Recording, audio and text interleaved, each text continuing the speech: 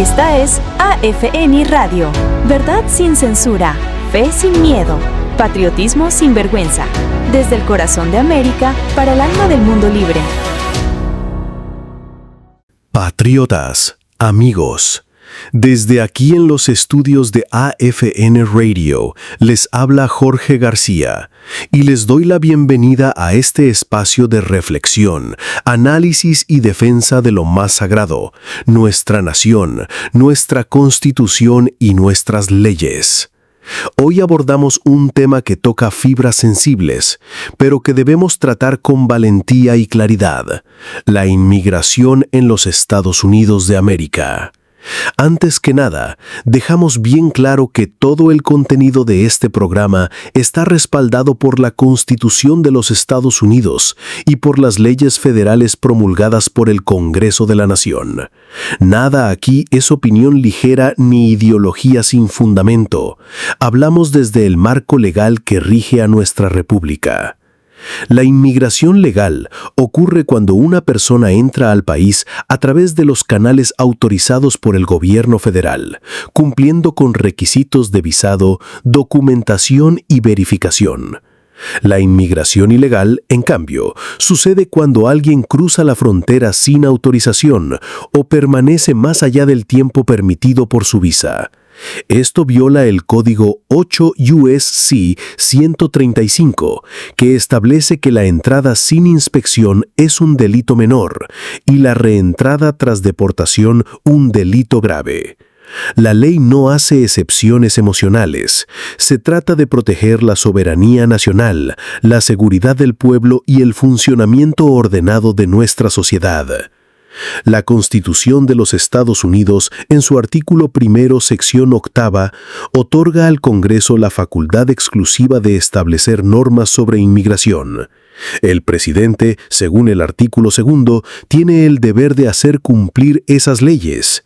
El INA sección 212F le permite suspender o restringir la entrada de extranjeros cuando considere que es perjudicial para los intereses del país.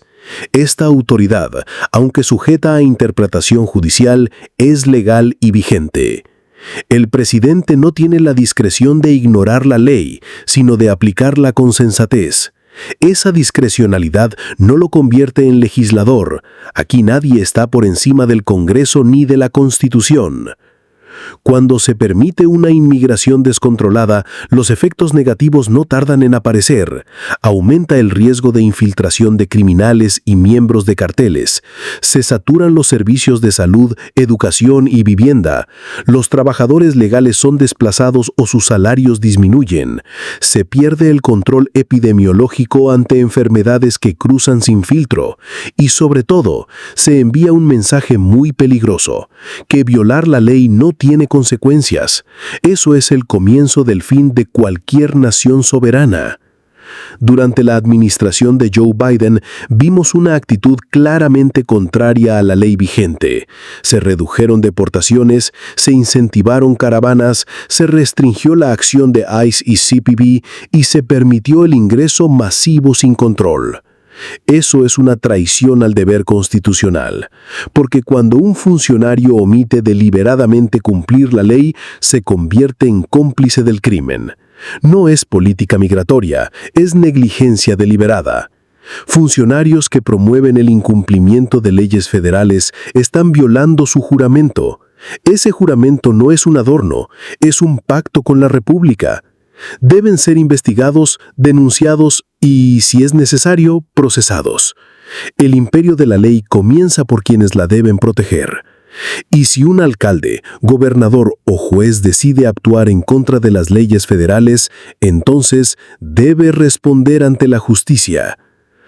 Todo ciudadano tiene derecho a manifestarse, pero nadie tiene derecho a agredir a un funcionario federal. El título 18 del Código de Estados Unidos, sección 111, establece penas claras para quienes ataquen a agentes del orden. Defender nuestras leyes también significa defender a quienes las hacen cumplir.